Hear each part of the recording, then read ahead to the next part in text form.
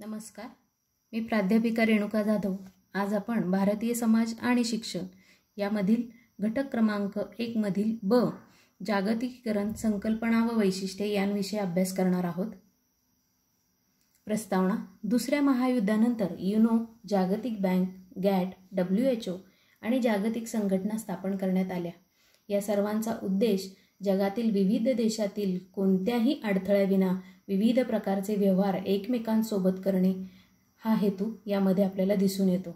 व्याख्या: WHO ने आपली व्याख्या केलेली आहे। जागतिकीकरण उपभोग्य वस्तूंच्या सर्वसमावेशक यासह सर्व वस्तूंच्या वरील आयात नियंत्रणे हळूहळू रद्द करणे, आयात जकातींचे कर कमी करणे, सार्वजनिक क्षेत्रातील उपक्रमांचे खाजगीकरण करणे। सोप्या भाषेत सांगायचं म्हटलं तर जागतिकीकरण म्हणजे देशाच्या सीमेबाहेर आर्थिक व्यवहारांचा विचार करणे होय। संकल्पना: व्यापारावरील बंधने कमी करावी, ज्यायोगे देशाच्या सीमांबाहेर वस्तूंचा प्रवाह मुक्त होईल। देशांमध्ये भांडवलाच्या मुक्त प्रवाहास वाव मिळण्यासाठी योग्य ते वातावरण निर्माण करणे, तंत्रज्ञानाद्वारे मुख्य प्रवाहात वातावरण निर्माण करणे, जगातील विविध देशांमध्ये कामगारांचा मुक्त संचार होण्यासाठी वातावरण निर्मिती करणे। जागतिकीकरणाचे घटक म्हणून तंत्रज्ञान, अर्थव्यवस्था, ज्ञान, कौशल्य, कल्पना इत्यादी क्षेत्राच्या आंतरराष्ट्रीय पातळीवर वातावरण निर्मिती करणे। थोडक्यात चांगले जे आपल्या देशात आहे ते जगाकडे पाठवण्याचा मार्ग मोकळा करणे होय। जागतिकीकरण संकल्पना व वैशिष्ट्ये: पहिला आहे संस्कृतीची देवाणघेवाण। जागतिकीकरणाच्या प्रवाहाने संपूर्ण जग व्यापले आहे। भारतातील संस्था देशात सुरू झाल्या आहेत, त्यामुळे येथील देशांना भारतीय संस्कृतीची ओळख होते। त्याचप्रमाणे वेगवेगळ्या संस्कृतीची मूल्ये, तत्वज्ञान, साहित्य इत्यादी विषयी माहिती मिळते। 2. विज्ञानाचे ज्ञान व विकसन।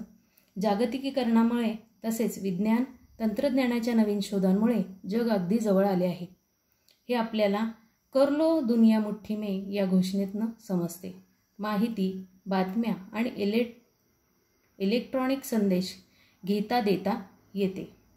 जागतिक दर्जाचे अध्यापन सुलभ। आजच्या इंटरनेट नेटवर्किंगमुळे जागतिक व स्थानिक साधनसंपत्तीचा पुरेपूर वापर आपण करत आहोत।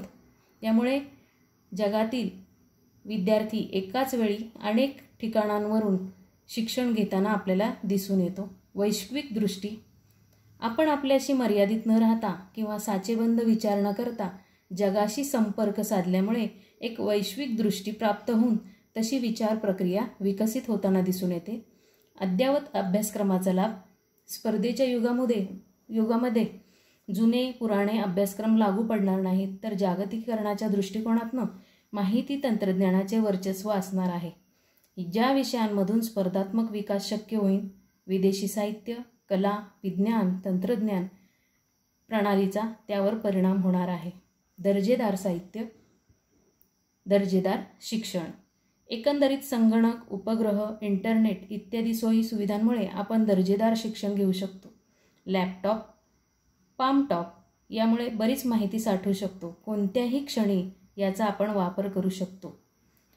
नवनवीन अध्यापन पद्धती, दर्जेदार काळाला अनुरूप बदलत जाणारा अभ्यासक्रम, व्यावसायिक शिक्षणावर दिला जाणारा भर यामुळे शिक्षण दर्जेदार बनणार आहे। जागतिकीकरणामुळे शिक्षणात झालेले बदल। शिक्षकाची भूमिका ही बदलती राहणार आहे। तो एक स्त्रोतक आहे आणि मार्गदर्शक म्हणून तो भूमिका निभावणार आहे। ज्ञानाच्या प्रचंड विस्फोटामुळे त्याला सदैव अद्ययावत राहावे लागणार आहे। अभ्यासक्रम व पुनर्रचना: स्पर्धेत टिकून राहता यावे यासाठी जुन्या पुराण्या अभ्यासक्रमामध्ये जागतिकीकरणास अनुरूप बदल करून किंवा ते बदलावे लागणार आहेत। त्यामुळे हा अभ्यासक्रम पचविण्यासाठीचे तत्सम बदल संस्थांना व शिक्षकांना करावे लागणार आहेत। स्पर्धेत वाढ झाल्यामुळे गुणवत्तेस महत्त्व प्राप्त झाले आहे। गुणवत्तापूर्ण शिक्षण द्यायचे असेल तर शिक्षणातील सर्व घटक गुणवत्तेच्या दृष्टीने सुधारणे गरजेचे आहे। संस्थांचे मूल्यमापन: जागतिकीकरणाच्या युगामध्ये संस्था टिकवायची असेल तर जागतिक पातळीवर संस्थांचा अभ्यास करून वेळोवेळी संस्था चालकांनी आपल्या संस्थेचे मूल्यमापन करून घेणे आवश्यक आहे. उदाहरणार्थ नॅक, सॅक इत्यादी. गुणवत्ता संघर्ष. शिक्षण क्षेत्रात अल्पसंख्याक वाढ झाली आहे, त्यामुळे होणाऱ्या शिस्त, सुविधांवर येणाऱ्या मर्यादा इत्यादी अनेक समस्या दूर करण्यासाठी प्रयत्न करून संस्थांनी किंवा शाळांनी टॉम सारखी संकल्पना अंमलात आणावी. मूल्य संघर्ष. संस्कृतीची देवाणघेवाण सातत्याने होत असते, एकमेकांवर त्याचा परिणाम होत असतो. यातून श्रेष्ठ कोणतं, कनिष्ठ कोणतं याचा अभ्यास आपल्याला विद्यार्थ्यांना करून द्यावा लागेल. परीक्षा पद्धतीतील बदल. आजचा विद्यार्थी ज्ञानार्थी बनण्यापेक्षा परीक्षार्थी बनला आहे. यासाठी मूल्यमापनाच्या पद्धतीत बदल करावा लागेल. उदाहरणार्थ ओपन बुक टेस्ट, तोंडी परीक्षा, ऑनलाईन परीक्षा, मागणीनुसार परीक्षा इत्यादी परीक्षांना प्राधान्य देऊन गुणवत्तापूर्ण मूल्यमापन होण्याकडे लक्ष द्यावे लागेल. इंग्रजी अनुदेशनाची भाषा. इंग्रजीचा वापर एक जागतिक भाषा म्हणून सर्वत्र होत आहे. जागतिक प्रवाहामध्ये टिकून राहायचे असेल तर सर्व स्तरावर अनुदेशनाची भाषा इंग्रजी असेल. त्यामुळे इंग्रजीचा वापर, इंग्रजीचे ज्ञान वाढवणे आवश्यक आहे. इंटरनेट व तंत्रज्ञान. आधुनिक तंत्रज्ञानाच्या सहाय्याने इंटरनेट, संगणकीकरण यांसारख्या सुविधा प्रत्येकाने वापरण्यास मिळाल्या पाहिजेत. जागतिक समाजाची निर्मिती. प्रत्येक समाजाने आता फक्त आपल्यापुरते मर्यादित न राहता जगाशी संपर्क साधणे गरजेचे आहे. आजचा समाज हा ज्ञानाधिष्ठित, कौशल्याधिष्ठित आहे. लोकसंपर्क, समाज संपर्क वाढून जागतिक दर्जाच्या समाजाची निर्मिती शिक्षणात करावायची आहे. संस्कृती संक्रमण संकर. जागतिकीकरणामुळे संस्कृतीची देवाणघेवाण होत आहे. त्यामुळे प्रचलित चालीरीती, रूढी, परंपरा, जीवनपद्धती या सर्वांवरच परिणाम होत आहे. म्हणून संस्कृती संकर होत आहे. शिक्षणाचे व्यावसायिकीकरण. वाढते व्यापारीकरण आणि आज शिक्षणाचे व्यापारीकरण होत आहे. त्यामुळे चांगले ज्ञान, कौशल्य, अभिवृत्ती असलेल्या व्यक्तींची निर्मिती करणे हे एक आव्हानच झाले आहे. त्यामुळे व्यावसायिक प्रगतीसाठी शिक्षण हे व्यावसायिक स्वरूपाचे बनले आहे. त्यामुळे स्पर्धेत टिकण्यासाठी गुणवत्तापूर्ण दर्जेदार शिक्षण देणे व घेणे ही काळाची गरज बनली आहे. विद्यार्थी भूमिकेत बदल.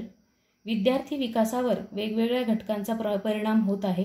आजचा विद्यार्थी हा ज्ञानाचा भुकेला आहे. त्याच्या सवयी, अभिरुची, अभिवृत्ती यामध्ये बदल झाला आहे. त्यानुसार विद्यार्थी वेगवेगळ्या स्रोतांचा आधार घेत आहे. इंटरनेट सारख्या सुविधांचा तो वापर करू लागला आहे. वाढते शहरीकरण. वाढत्या लोकसंख्येमुळे, स्थलांतरामुळे शहरीकरण वाढत आहे. त्यामुळे शहरातील सोयी सुविधांवर मर्यादा येत आहेत. शहरांमध्ये विविध शैक्षणिक सोयी सुविधा निर्माण करण्यावर भर दिला जावा. ग्रामीण भागामध्येही अशा सोयी सुविधा निर्माण केल्या जाव्यात. पर्यावरणीय समस्यांमध्ये वाढ. औद्योगिकरण, वाढते शहरीकरण, स्थलांतर यामुळे प्रदूषण, जागतिक तापमान वृद्धी, ओझोनचा क्षय यातून निर्माण होणारी आव्हाने पेलण्यासाठी विद्यार्थ्यांमध्ये योग्य जाणीव जागृती व्हावी.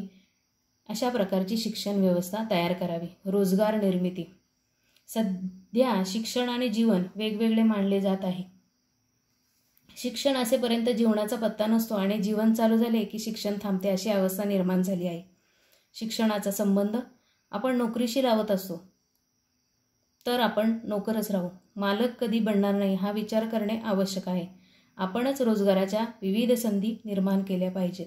आज आपण जागतिकीकरणाची वैशिष्ट्ये अभ्यासलेली आहेत. धन्यवाद.